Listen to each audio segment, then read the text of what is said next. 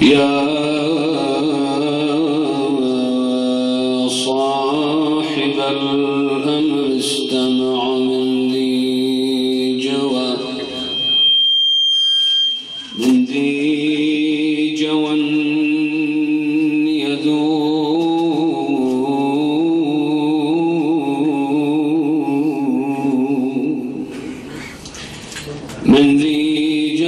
شكوى يذوب القلب من راويها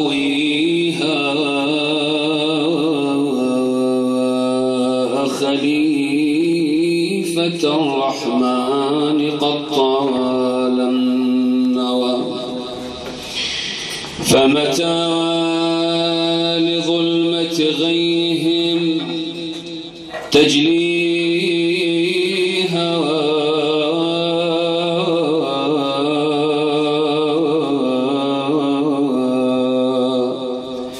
أفلا يهيجك أن آل أمية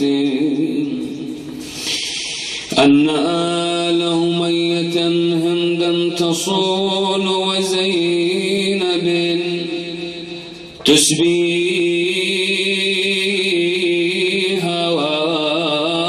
وسيدي أبو صالح أقل يمتى تنهض للحق تنتزي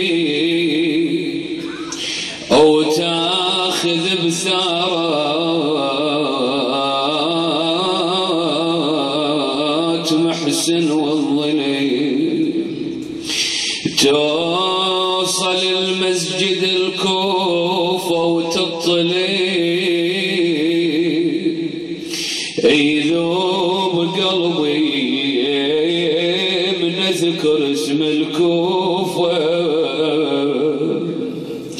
سيدي وانشد المحراب لا تنشد الناس بيه للإسلام من ننطب الراس وانشد الساباط عن قوم الأرجاس الغدرة بجيش الحسن وصفوف سيدي وانشد المظلوم حين اللي تطب كربلاء ودمعك على خدودك يصوم قل له يا ابو علي وين ديك وين راسك والقلب وانشد العباس عن جفوف سيدي وذاك الوقت بيك حلا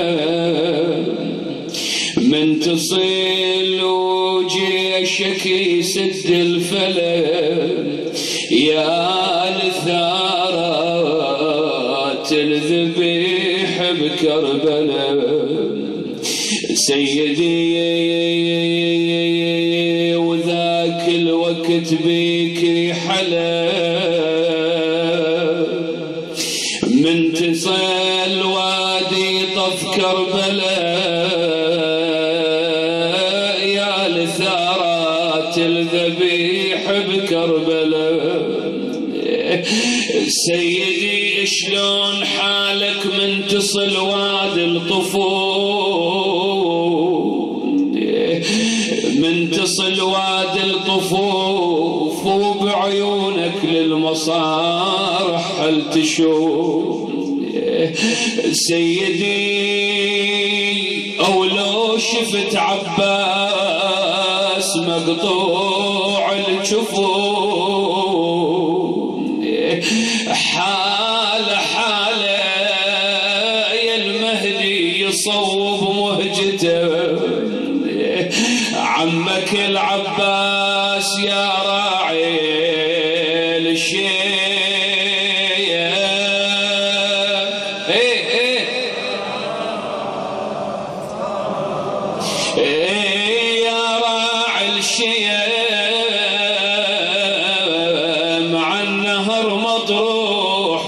وبكتر العلم. هسه كلكم وياي والله عن نهر مطروح وبكتر العلم.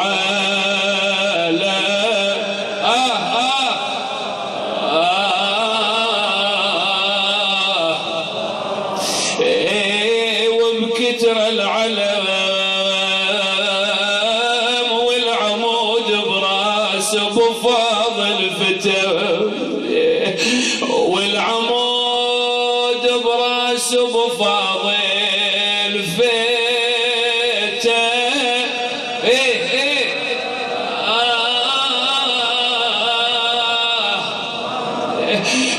هاي صورة وصورة تشوفها بعد سيدي أعظم وأصعب وشد، والله فوق صدر حسين طفل بالمهب. هاي شوية تأثر بالإمام السيد حيدر الحلي رحمة الله عليه، يقول كل ما قرأت مصيبة عبد الله والله أن ليتأثر قلب الإمام. أقل سيدي هاي صورة وصورة تشوفها بعد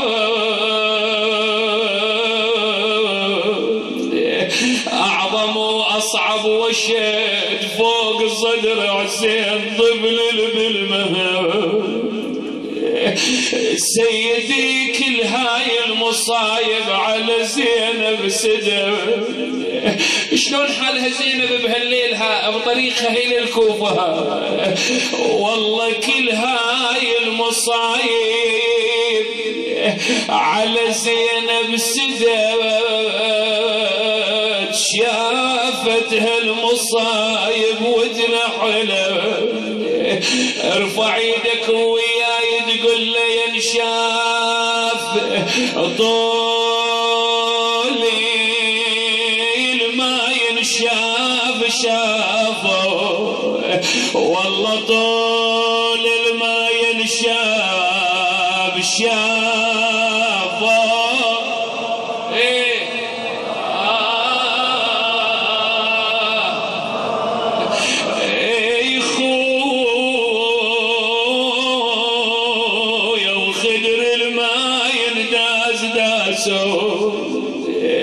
والله وخدر الماء ينداس داسو.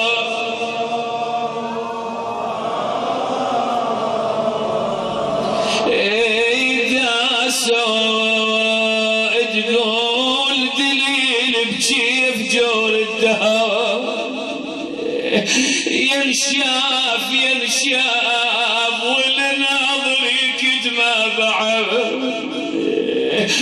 يقول الراوي يوم زينب طبت للكوفة وتنظر الرأس أبي الفضل العباس، القاصي والداني ينظر إلى الحوراء زينب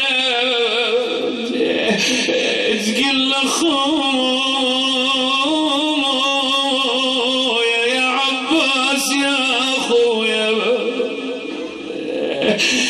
تقول له ينشاف دليل بجيب جور الذهب، ينشاف يا عباس يا ابو الغيره يا اخويا اخويا ولناظري كتما بعد ينشاف زينب طولها الماتشوه، والله زينب طولها الماتشان ينشاف.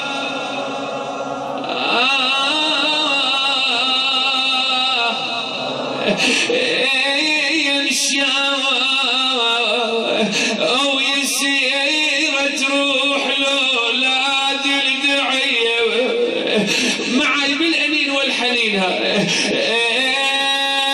والله يسير تروح لولاد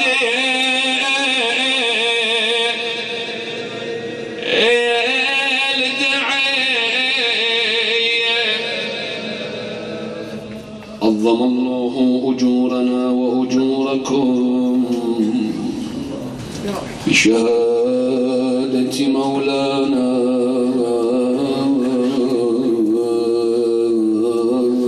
أبو عبد الله الحسين، ونقول السلام على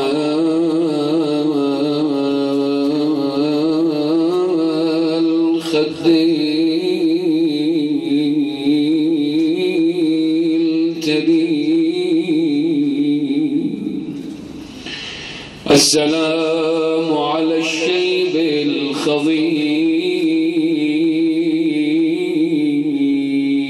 السلام على الجسم السليم بكربلاء. وسيعلم الذين ظلموا آل محمد أي منقلب ينقلبون، والعاقبة للمتقين. قال الله العظيم في كتابه الكريم: بسم الله الرحمن الرحيم. بقية الله خير لكم إن كنتم مؤمنين.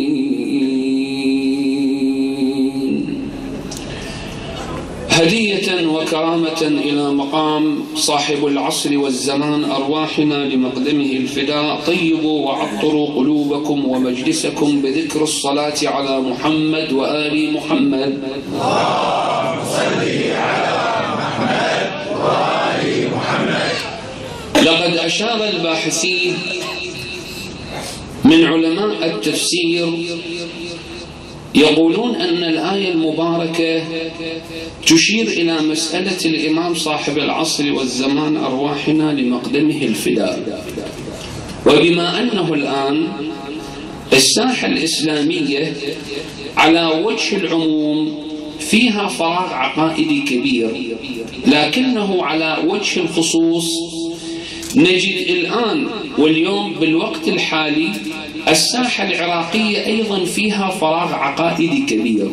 وهذا الفراغ العقائدي الكبير وجد وتكون في نفوس في عقول البعض لوجود كثرة التيارات في الساحة العراقية، مثلا تيار الحداثة وتيار العولمة وتيار الخمود الفكري والتخدير السياسي على جميع الأصعدة وعلى جميع الأوردة. وهذه المتقلبات في حركة العقل عند الإنسان مما تحدث شبهة في قلب المجتمع، بحيث الآن إذا تأخذ عينة من الشباب، وعندما أقصد الشباب باعتبار كل النظرات وكل الأمور المتطلبة من قبل الرجل أو القائد أو المؤمن أو المعمم أو الخطيب أو الشيبة أو الأب أو الكبير، ينظر إلى الشاب باعتبار أن الشباب هم عماد المستقبل. ولذلك أن إمامنا أمير المؤمنين علي بن أبي طالب من على منبر الكوفة ويقول إن قلب الحدث أي قلب الشاب كالأرض الخالية، كل ما ألقيت فيها قبلت. قطعة زراعية قابلة للزراعة متوفرة فيها الأسباب الطبيعية، الشمس، الماء، بمحض إرادة الإنسان الزارع. شي يريد يزرع تنطي ناتج، يزرع الحنطة تنطي الحنطة، يزرع الشعير تنطي الشعير، وهكذا. فعندما أخاطب الشباب باعتبار أن النظرة الإسلامية والنهضة الإصلاحية كلها اليوم تتركز على مسؤولية الشباب، ولكن أن بعض الشباب الآن لو وجهت الأسئلة بالمجتمع العراقي وهالأسئلة العقائدية تنطرح في كل الندوات والمؤتمرات والمدارس والكليات والجامعات من خلال أنه عقيدة الألسنة الإسلامية، بحيث الآن لو طرحت كل الأسئلة، وهالأسئلة موجودة في المجتمع الإسلامي، يعني مثلا السؤال الأول يقولون يا شيعة علي أنتم اللي توالون علي بن أبي طالب، أنتم شنو دليلكم ونصكم بأنكم تقيمون العزاء وتجددون الذكرى للأئمة المعصومين من ذرية الحسين؟ ناس صاركم كذا عدد من السنين من القرون تجون تقيمون الذكرى، تؤبنون الإمام، تقيمون له المأتم، تذكرونه في الأقوال، تذكرونه في الأفعال. طيب أكو في الشيء دليل من الأدلة اللي من خلالها يثبت وجوب الطاعة لكم إلى إمامكم، وهو الإمام اللي يكون من بعد الإمام الحسين سلام الله عليه، يعني من ذرية الحسين. هالسؤال لو ينطرح على بعض من الشباب، مع جل احترامي واعتزازي إلى كل الشباب اللي جلسوا في هذا المئتم واللي يسمع، لكن أنا أقصد الشباب وأنت تعي ما أقول، أن بعض الشباب الآن كل قضية عقائدية، قضية إخلاقية ما تجد عند هؤلاء الشباب. لماذا؟ لأن أهم شيء وحدة القياس عنده أن ينمي مظهر الخارجي ليس إلا. لو تنطرح هالأسئلة من قبل زيد من الناس، من قبل عمر من الناس، تشاهد أن هذا الإنسان صم بكم. ليش؟ لأن ما درس بالنظرية العقلية، وما درس بالنظرية اللي من خلالها يثبت الحديث بالدليل وبالنص وبالتواتر، ومن خلال ذلك الأمور كثيرة. الآن يقولون أهل البيت روحي لهم الفداء، وكثير من العلماء يدلل قول المعصوم، يقول أن الأمة الإسلامية، يعني أنا وأنت الآن والأمة الإسلامية جمعاء، أنا وأنت ما شفنا النبي، أنا وأنت ما التقينا بالنبي، ما نعرف شخص النبي ما هو، هل هو طويل القامة، أبيض، أسمر، بدين، إلى غير ذلك. الروايات تحدث عن شخص النبي الأكرم، ويقول يتمثل حسان ابن ثابت، يقول له وأجمل منك لم ترى قط، شنو؟ عيني، وأكمل منك لم تلد النساء، خلقت مبرأ مبرزا من كل عيب كأنك خلق كما تشاء. يعني على إرادة الخلق الإلهية تكونت بإبراز الخلقة الجميلة لشخص النبي صلى الله عليه وآله. أنا وإنت ما شفنا النبي، ما التقينا بالنبي، لكن سرنا على خطى النبي صلى الله عليه وآله من خلال أكو أدلة. شنو الأدلة؟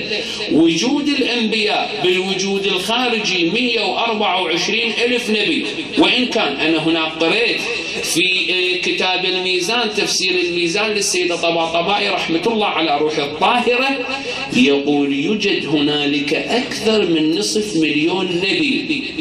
شوية نبه للعبارة حتى لا أنه يفوتك المطلب.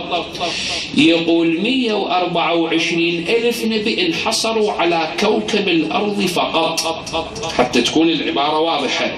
واكو بعض الناس للأسف الشديد أن يجي يأخذ الحكاية من ذيله، يعني من آخره ويطلع قبل.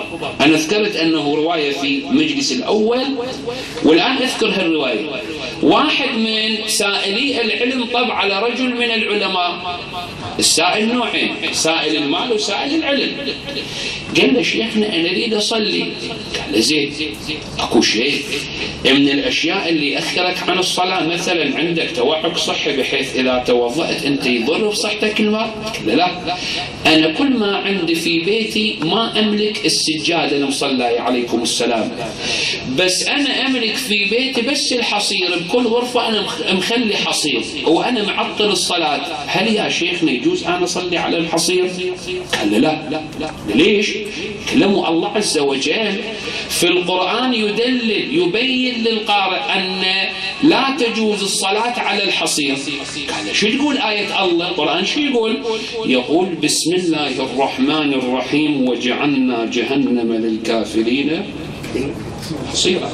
ما دام الله جعل حصير للكافرين الجهنم، احنا بالدنيا ما نصلي على الحصير. انا اقول إذا الاستدلال بالنص القرآني، بالجواب القرآني، بالمعنى القرآني الإلهي، إذا وصل الاستدلال إلى هالشكل من قبل زيد وعمر من الناس، على الدنيا العفا وعلى الإسلام العفا. إذا تتنبه للمطلب، يقول 124,000 نبي منحصر على كوكب الأرض فقط، ولكن يوجد هنالك أكثر من نصف مليون توزعوا على بقية الكواكب. يا كواكب، طبعا هذه مطابقة للنظرية العلمية الآن، الكواكب اللي تصلح عليها المعيشة، وأكو الآن ثبت علمنا الحالي وأكو أنه كواكب تصلح عليها المعيشة. الآن أكو علماء يحققون في نسبة الماء، هل هو مثلا بنسبة الملوحة، نسبة أنه الحلية مالته يعني حلو أو أنه مر أو مالح، على سطح القمر محيط كامل من الماء، محيط الماء أكو إذن كواكب تصلح عليها الزراعة. يقولون وجود الأنبياء في عالم الدنيا، إحنا عرفنا النبي وصرنا على النبي منين؟ من خلال وجود الأنبياء. مثلا تعال إلى صحف إبراهيم، تعال إلى التوراة، تعال إلى الإنجيل. عيسى سلام الله عليه يقول في الإنجيل، يقول أصحابي أمتي سوف يأتي نبي من بعدي اسمه أحمد الملقب بفارقليطة. زين، شنو فارقليطة؟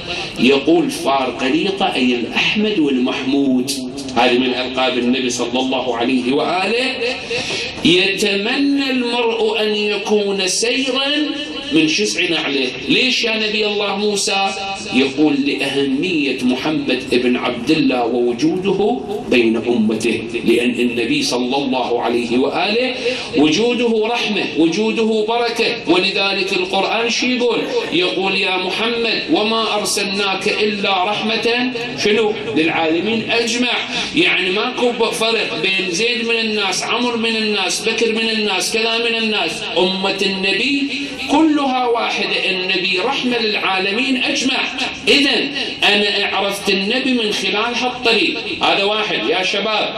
الطريق الثاني، أجي وين أعرف؟ أريد أعرف حقيقة الأئمة منين؟ حقيقة الأئمة أدرسها من سنة النبي.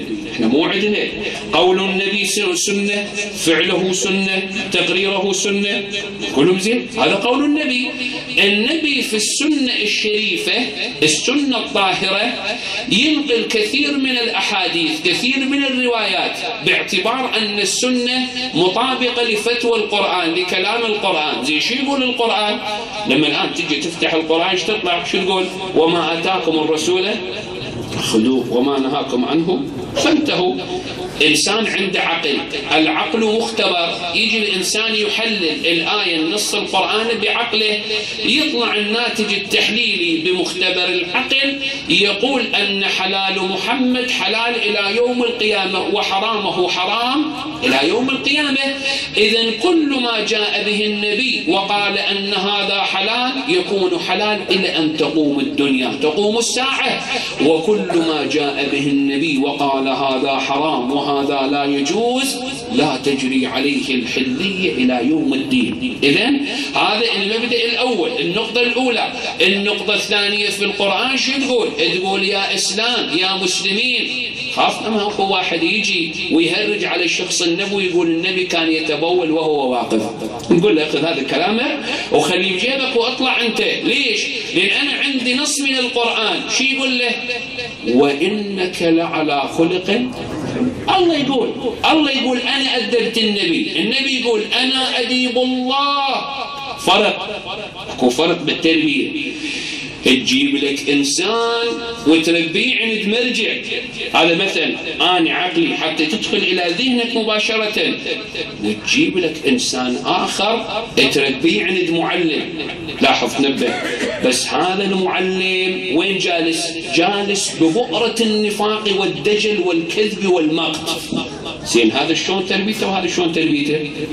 هذا تربيته صح، لأن نضج وين؟ بمجمع العلماء، زاحم بركبتيك شنو؟ العلماء. إمامنا الصادق سلام الله عليه. وبينما هذا ما يربي ما أنه ينطي تربية، يعني جنابه مثل الآن المريض من تخليه بمستنقع فيروسات وتجي أنت تنطيه العلاج، هذا أنه يطيب من المرض؟ يطيب؟ ما يطيب، هو نفسه بمرض. إذن النبي صلى الله عليه وآله لما يأتي القرآن يدلل، لما يأتي بالحكم بالمقال بالرواية بالحكمة، وما ينطق عن الهوى شنو؟ إن هو إلا وحي يوحى. يلقن القرآن خلينا إلى جانب، وين نجي إلى سنة النبي. سنة النبي فيها أحاديث كثيرة. فهذا جابر بن عبد الله الأنصاري يقول دخلت على النبي صلى الله عليه وآله وإني لما دخلت نظرت وإذا بي أرى الحسين في حجره وكان في السنة الأولى. لاحظ إلى الخبر الغيبي. التفت إلي النبي مبتسما قال جابر أن لولدي الحسين سيولد مولود اسمه علي يكنى يلقب بزين العابدين إذا كان يوم القيامة ينادي مناديا من بطنان العرش أين زين العابدين؟ يقوم ولدي يخطر بين الصفوف لأنه إمام الساجدين سيد الساجدين وزين العابدين. النبي شو طاني اسم، طاني صفة.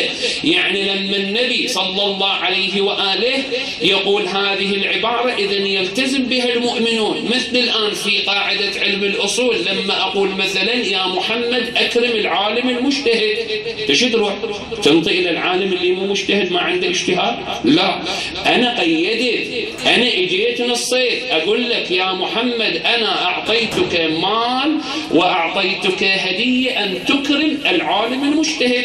لكن مرة أخرى لما أقول لك اكرم العلماء تجي أنت تكرم العلماء بدون قيد الاجتهاد. علة الاجتهاد ما ربطت بالعلماء. إذن النبي انطاني الاسم شنو؟ علي، والكنية اللقب شنو؟ سيد الساجدين سيد العابدين. هذا واحد. جابر ينقل يقول وفي يوم من الأيام مررت وإذا أرى في طريقي النبي صلى الله عليه وآله وقال لي يا جابر سوف يطيل الله بعمرك وتلتقي بولد من أولادي اسمه على اسمي الملقب في كتاب التوراة في الباقر. يعني موجود بكتاب التوراة الآن الإمام محمد الباقر. يا جابر عم إذا التقيت بولدي محمد الباقر اقرأه عني السلام، قل لجدك محمد يسلم عليه كثير. جابر استمد الله بعمره والتقى بالإمام زين العابدين لما وصل في يوم الأربعين ونزل عند نهر الفرات اغتسل تطيب. هذه من آداب زيارة الحسين. يعني بعض أنه الشباب لما يذهب إلى الحسين ما عنده خلق ما عنده أخلاق، يجي مثلا يجلس في البستان والبستان مثمر بمثلا نارنج أو برتقال أو ما أدري إيش، يجي يقطف من عنده. عمي هذا ملك الناس والناس على أموالهم شنو؟ يسلطون. هذا من تجي تاخذ من عنده حلال لو حرام؟ لك أنا زاير الحسين. زين زاير الحسين. من تجي أنت تزور المفروض بكل خلق بكل أخلاق، هذه المفروض نتنبه له. أنت مسائل ليش؟ لأن الله سبحانه وتعالى قال إني جاعل في الأرض شنو؟ خليفة. أحد العلماء رحمة الله عليه أتخطر السيد السبزواري رحمة الله على روحه الطاهرة يقول حجة الله في أرضه الإنسان المؤمن الخلوق اللي يؤمر بمعروف ينهى عن منكر. التقى بالإمام محمد الباقر بقى ويا عدة سنين طويلة وقال جدك محمد يسلم عليك. إذن هذا النص الثاني حتى في بالك في ذهنك. النص الثالث عند كلا علماء الجمهور. يعني مثلا لما تقرأ في صحيح مسلم تلقى النبي يقول إن الأمناء من بعدي. في صحيح البخاري تلقى النبي يقول أن الصلحاء من بعدي. تلقى في ينابيع المودة لسليمان الحنفي النبي يقول أن الخلفاء من بعدي. لكن لما تجي تقرأ في كل السير لأهل البيت مثلا السيرة لابن مهنا مثلا الموسوعة الكبيرة للشيخ باقر شريف القرشي اللهم يمد بعمره وينطي الصحة والعافية في موسوعته الشهيرة يقول أن النبي قال بالنص والدليل أن الأئمة من بعد 12 خليفة كلهم من قريش. سكت النبي، قام 1 2 3 قالوا عمي يا علماء انتم ليش تعترضون مثلا على ابو لهب، مثلا على ابو جهل، مثلا على ما ادري منه؟ اذا يقولون احنا من دائره النبي، احنا اعمام النبي، احنا اولاد عمه، فاحنا نريد نكون من عنده، من صلبه مثلا، من صلب الدائره اللي تكون منها النبي. انتم ليش تعترضون؟ يقول هم نعم نحن نعترض. طيب النبي انه يقول ان من قريش كبيره. اجوا علماءنا علماء الاصول وضعوا علم الاصول حتى ابين لك ان علم الاصول كيف مفيد للانسان بالدليل بالاقناع. عند العلماء الاصوليين مثل الشهيد محمد باقر الصدري رحمه الله على روحه الطاهره الفيلسوف العالم المجتهد، والشيخ عبد الهادي الفضلي، يقولون ان قاعده العموم وقاعده الخصوص والمطلق والمقيد كلها هذه تصف النقطه الواحده. يعني مثل العداء من يجي ينطلق منين؟ من نقطه الصفر، وين يتوقف؟ عند نقطه الصفر. قاعده العموم تأتي إلى نقطة البداية، قاعدة الخصوص تأتي إلى نقطة البداية، قاعدة المطلق المقيد إلى البداية. والله شوي تنبه لي هالكلام. المطلق أنا قبل قليل قلت لك بمثل، لما أقول مثلا الآن الأمة فاسقة، سين الأمة جمع الأمة بأجمعها، هو عندنا جمع الأمة مو أمة، الأمم مو هيك ولا؟ سألنا شوية ما أدخلك باللغة العربية. لما أقول أمة فلان فاسقة صار مقيد مو هيك ولا؟ لما أقول الأمم على الكرة الأرضية فساق شو يصير؟ قاعدة عمومية، يعني قضية أطلقها بالعموم. النبي نعم مولانا اسمعوا يا مفسرين يا باحثي التاريخ يا شباب يا شيبة، النبي قال نعم أن الأئمة من بعدي 12 خليفة كلهم من قريش، لكن اجى قيد خصص يعني ألجم الحجة ولعن الداخل والخارج، قال وبالخصوص من بني شنو؟ هاشم. شنو دليلك يا رسول الله؟ شنو دليلكم يا علماء؟ يقول دليلنا على أن النبي قال بالعموم ثم بالخصوص لأن قريش عشيرة ضخمة. ايش كثر تعداد قريش؟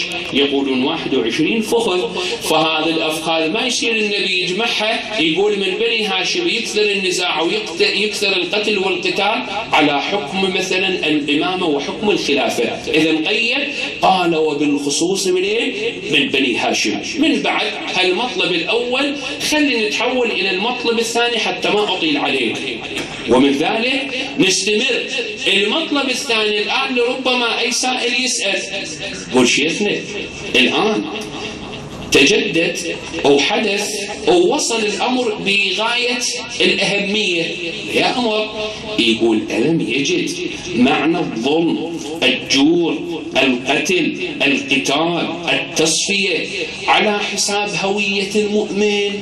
ولا بل يتحقق هذا في وقت مضى، وهذا الوقت اللي أدى بفقد الأحبة والأعزة زمان غابر انتهى راح علينا بالحاضر علينا بالجديد. يقول زين شيخنا احنا مو بكتبنا برواياتنا تقولون وتحدثون من على المنابر يقولون يا أمة متى ما امتلأت الأمة ظلم جور قتل قتال تهجير تصفية على حساب الهوية كذا كذا فساد، احنا يظهر إمامنا القائم. ليش ما ظهر إمامنا القائم؟ فساد موجود، الفساد بكل أنواعه، الفحشاء موجودة بكل أنواعها، الغيبة بكل أنواعها، الجريمة بكل أنواعها. سين هنا شيخنا ليش ما يظهر الإمام؟ هنا الكلام والمطلب لهذا الأمر يتشكل على عاملين، بها العاملين وأعرج على مثل القتال. العامل الأول يقول وهو عامل أن السماء ارتأت أن تؤدب أمة النبي، وصلوا على محمد بأعلى أصواتكم. اللهم صل على محمد وآل محمد. لماذا تؤدب أمة النبي؟ يقول أحد الباحثين وهو الشيخ وحيد الخراساني اللهم إيمد بعمره، يقول أن الأمة ما سارت بخط النبي.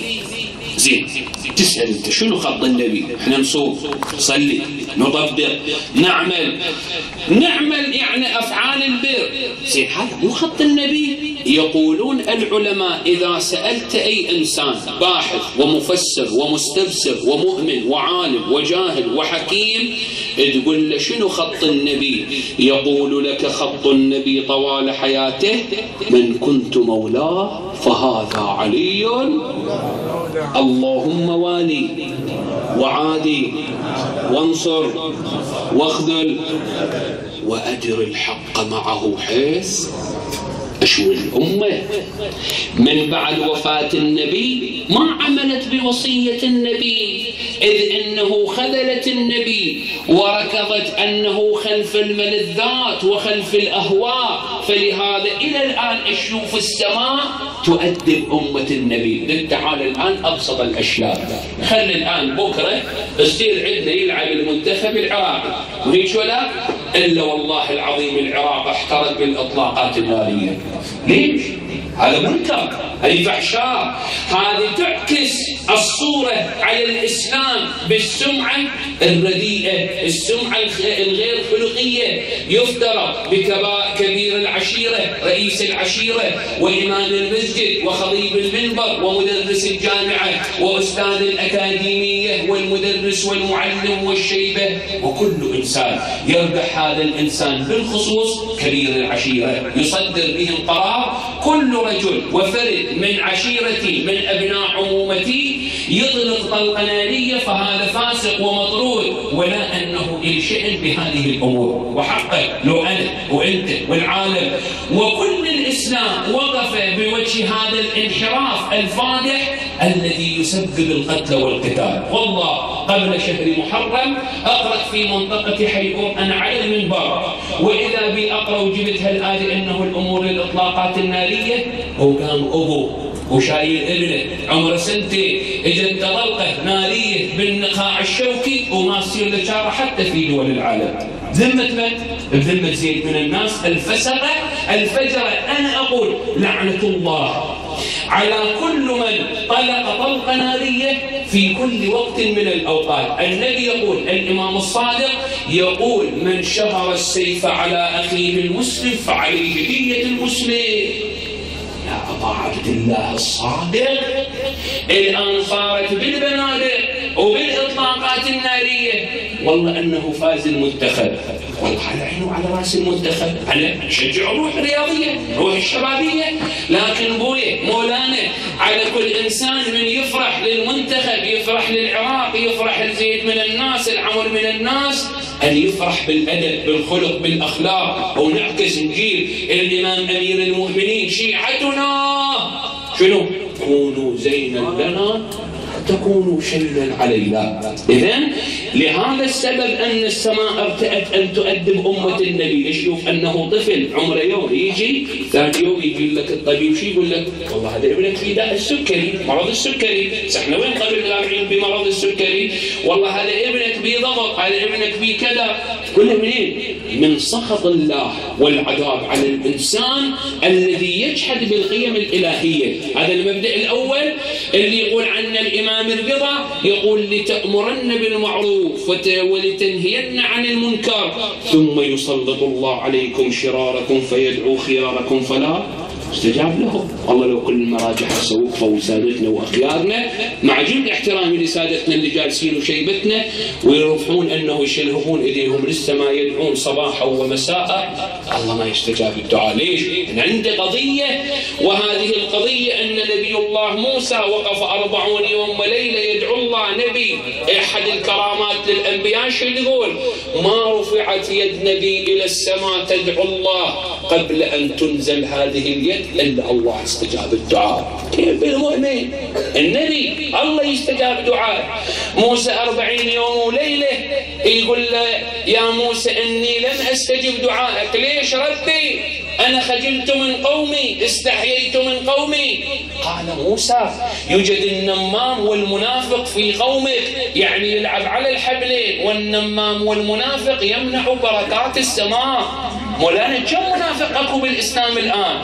كم منافق وفاسق وفاجر اللي يعمل على حساب المصلحه وعلى حساب القضيه الاسلاميه. ولذلك يجب علينا ان نتنبه. هذا العامل الاول. العامل الثاني وهو عامل الخوف. عامل الخوف اللي من خلاله يقول احد العلماء لا يتبادر الى اذهان الناس. يعني انا لما اقول لك الان عامل الخوف هو السبب في ظهور الامام سلام الله عليه وعدم ظهوره، لا يتبادر الى عقلك او الى فكرك او الى ذهنك ان امامنا صاحب العصر والزمان خائف. لا، الامام قائد والامام شجاع. ووحده من شجاعه الامام المعصوم شنو وحده من شجاعه الامام المعصوم؟ قالوا ان يفتك بالحرب القوة والقتال. يعني عنده شجاعة، عنده قوة، عنده باطش. وهذا اللي يأكد الإمام زين العابدين. شو يقول؟ أعطينا 6 حفظنا بسبب أعطينا الحلم والعلم والفصاحة والسماحة والشجاعة والمحبة وفي قلوب المؤمنين. بعد وفضلنا بأن منا المختار ومنا الطيار ومنا أسد الله وأسد رسوله ومنا سبطي هذه الأمة ومنا أهديها. هذا قول الإمام زين العابدين. زين أنت تقول لي شيخنا عندك دليل، وأنا شوية مسائل. تقول لي شيخنا أرجوك أوقف هنا تنطيني دليل على أن الإمام المعصوم شجاع. أقول لك قولة النبي وقلنا في بادئ البحث حتى يكون ربطا حقيقيا بين الكلام لا يكون متناثر من هنا وهنا. أقول أن قول النبي حجة وقول النبي سنة. بعد يقول رحم الله عمي أبا طالب لو أولد الناس أو لو ولد الناس لأولدهم شنو؟ كلهم شجعان. تشوف الآن سادة أولاد محمد أولاد الزهراء بنتج شوية أنه يصير عنده قضية من القضايا وشوف هالقضية السيد مظلوم بيها، السيد مظلوم بيها. شو يصير عنده؟ يصير عنده قوة بطش. وهذا منين؟ نأخذها من قوة المؤمن وبطشه اللي أكد عنها الإمام الصادق سلام الله عليه. يقول اتقي فراسة المؤمن وشراسته فإنه ينظر بعين الله عما بنور الله. شنو معنى الخوف؟ يقول أحد العلماء يقول أن عامل الخوف هو دافع الحيطة والحذر. ليش؟ ما قلتوا دافع الحيطة والحذر، ليش قلتوا عامل الخوف؟ يقولون أنه عامل الخوف هنا يدلل على معنيين. المعنى الأول يدلل على الخوف الحقيقي، والمعنى الآخر يدلل على أنه حيطة وحذر. شنو الدليل؟ يقولون هذه آية الله في القرآن يحدث عنها الناس عن موسى وخرج منها خائفا رقبوا. موسى خرج تجي إلى مدين، القرآن ذكر عنه خائف، لكن يقول الخوف الحقيقي لا. يقول انه بهذا الامر عنده او حذر، اراد ان يبلغ لما يشوف ان القران قال اذهب الى فرعون انه طغى ثم دخل الى مصر وامتنع موسى فرعون عن قتله. خاطبه قال اذهبا إلى فرعون إنه طغى. إذا أكو قضية في خروج موسى سلام الله عليه من خلالها أراد أن يفتك ويبطش بفرعون لعنة الله عليه. إذا أن عامل الخوف هو دافع الحيطة والحذر. ولذلك يقول أنه أحد العلماء وإذا أردتم أن تشهدوا قوة أهل البيت وبطش أهل البيت وفتاكة أهل البيت بالقتل والقتال فها هو النبي الذي يصرح ويجمع مزايا الأنبياء وصفات الأنبياء وكرامات الأنبياء برجل بعده. وقال من أراد أن يرى آدم في علمه، عندما أنه أختم هذا الحديث أريد منك 3 صلوات. قال النبي من أراد أن يرى آدم في علمه ونوح في حلمه ويحيى في زهده ويوسف في جماله وموسى في بطشه فلينظر إلى وجه علي بن أبي طالب. اللهم صل على محمد وآل محمد. اللهم صل على محمد وآل محمد. اللهم صل على محمد وآل محمد. إذن مولانا كل هالصفات والكرامات وين جمعت بأمير المؤمنين سلام الله عليه اللي خاطب أحد الأدباء يقول له سيدي أبا الحسن جمعت في صفاتك الأضداد إذا عزت لك الأنداد، إلى آخر مقولته الشعرية الأدبية. وإذا أنت الآن موجود قاعد، إذا الآن تريد تقرأ التاريخ الإسلامي وتفتح المكتبات الإسلامية وتعال روح أقرأ في شجاعة أهل البيت، تعال إلى النبي. أكو واحد من المفسرين والمؤرخين يقول النبي دخل قلب رعب، أكو واحد ما يقدر. ليش؟ لأن عند قولة النبي لما دخل عليه أبو لهب أبو جهل ما أدري منه على أبو طالب، قالوا له يا ابن العام أبو طالب محمد قد هدم عروش أمية وهدم الكيان وهدم الجبروت، فماذا يريد؟ نحن نعطي. يريد مال طينا، يريد وجاهه طينا، يريد كبار طينا. شو يريد بعد محمد؟ لقد هدم حصون قريش. وطالب ذكي، طالب مؤمن. أبو طالب يقول عن النبي إنه مستودع خزائن الأنبياء كما أصبح شعيبا نبي الله شنو؟ مستودع خزائن الأنبياء. لاحظ إلى سر العظمة. دخل قال له عم يا محمد أسمعت ما قالوا؟ لو لي شو قالوا؟ شو تقول؟ أفضل عبارة يقولها النبي شو يقول؟ يقول له عم أبا طالب لو وضعوا الشمس في يميني والقمر في شمالي على أن أترك هذا الأمر شنو؟ ما فعلت حتى أقتل. أنا أقتل في سبيل استقامة الدين، ما يهم أنا قتلي. أكو الله عز وجل يهيئ رجل في قيادة الأمة، لكن قتلي يسبب استقامة الدين، أنا موافق. قلب النبي. تعال مثلا إلى قلب أمير المؤمنين. أمير المؤمنين يشهد مشهدا رائعا في الخندق لما برز إلى عمرو بن عبد ود العابري. لاحظ كل الجيش النبي يقول لهم أنا أضمن إلى الجنة، وعلي بن أبي طالب أنا لا هو يا رسول الله. هذا قلب علي ما بقلب خوف، لكن تعال إلى قلب المثبت، قلب المقوم، قلب الذي أحيا قلب الشريعة ومحيي الشريعة. منو؟ أبو عبد الله الحسين سلام الله عليه. الحسين وما عبه بالجيوش، وما عبه بكثرة الناس اللي اجتمعوا على قتل الحسين 30,000 يقول السيد المقرن، وكل العلماء يقول 30,000 طوقوا مخيم الحسين. اللي عنده خبرة عسكرية أثناء القتال شو يسوون؟ يسوون طوق على العدو حتى من جميع الجهات. عمر بن سعد جاء بالرجال بالخيول بالسهام بالرماح وطوق معسكر الحسين في الليلة التاسعة، ليلة التاسوعة. زينب سلام الله عليها تجي السئلة تقول لأبا عبد الله على من هؤلاء تجمعوا؟ أرى أن هذا الوادي مخيف. أخي استعلمت من أصحابك؟ فلا أخيتا، كيف لا أستعلمهم وإني وجدتهم يستأنسون بالموت كما يستأنس الطفل وين؟ في ثدي أمه. يا لها من مقالة رائعة من فم الحسين سلام الله عليه. أرجوك احنا بأي يوم؟ الآن بيوم 11 من المحرم. زينب نهار 11 من المحرم يقول الراوي ليلة 11 أعظم يوم مر على زينب بكل الألم وكل الرزايا. اليوم ما زينب تجمع العيال والأطفال وين؟ بخيمة الإمام زين العابدين، لأن ما بقيت إلا هذه الخيمة وخيمة الإمام لأنه عليل.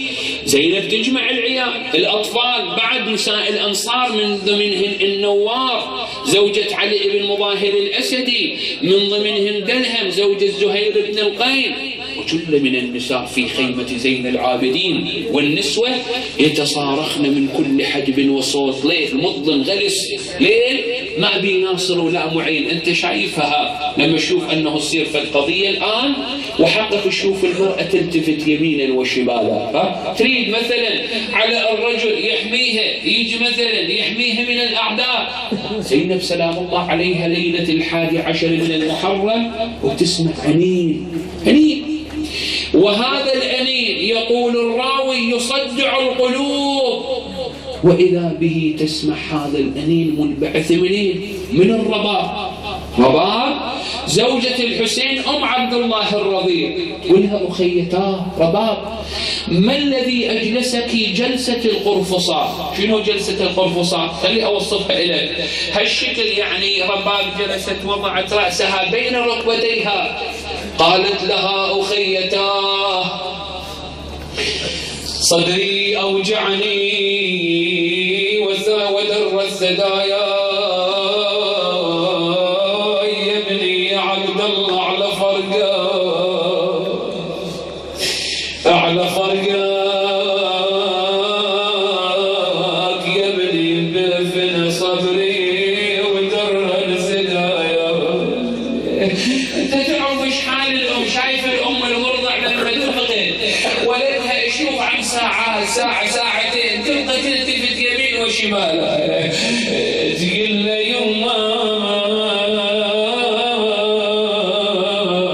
يا عبد الله على فرقاك، يما فنا صدري ودر الثداياك، يا دين قل الحرمل وياك، الحرمل وياك صابك بالسهم والدواء. نعمها زينب وتبقى الصدر العائلة الصدر الأطفال، لكن بين الحين والآخر تفتقد طفلة من أطفال الحسين، هذه مظلومة، هذه صاحبة حوائج خولة بنت الإمام الحسين. قالت لهم أين خولة؟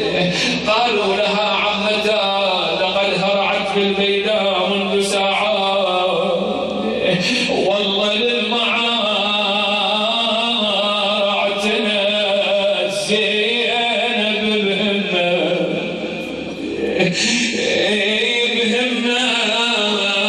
والصيح وين انتي يا عمه يا عمه، لقدها لا يذم قدر باليمه، تقول ابويا يا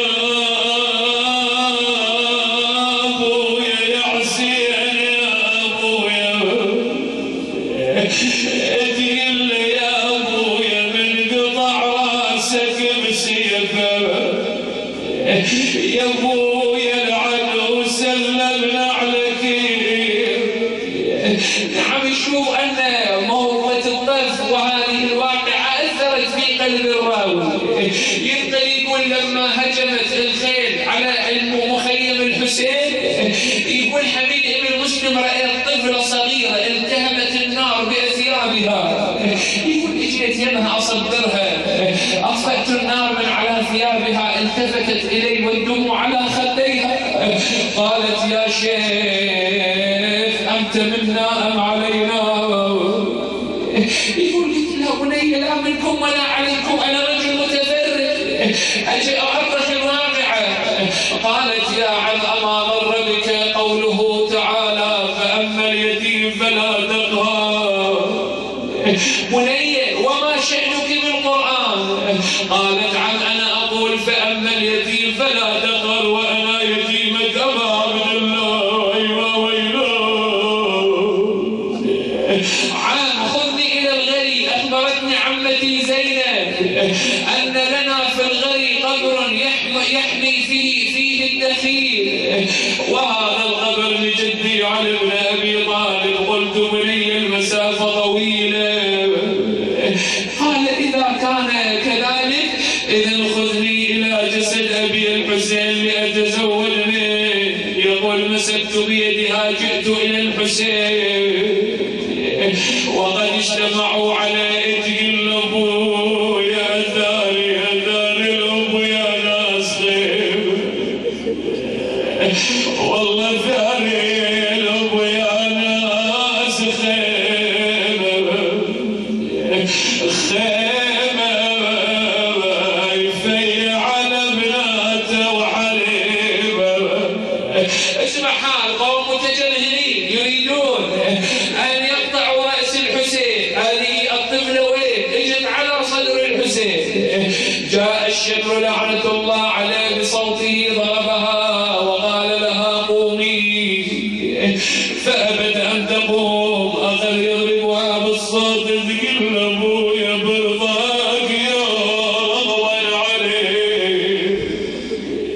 تقول ابويا يجري للشميمير وانا بيدي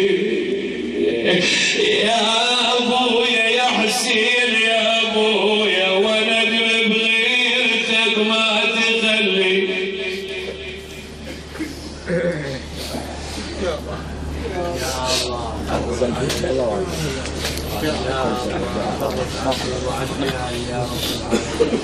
ارفعوا أيديكم إلى الدعاء أما يجيب المضطر إذا دعا ويكشف السوء أما يجيب المضطر إذا دعا ويكشف السوء أما يجيب المضطر إذا دعا ويكشف السوء أما يجيب المضطر إذا دعا ويكشف السوء أما يجيب المضطر إذا دعا ويكشف السوء. إلهي نقسم عليك بالحسين الوجيه يا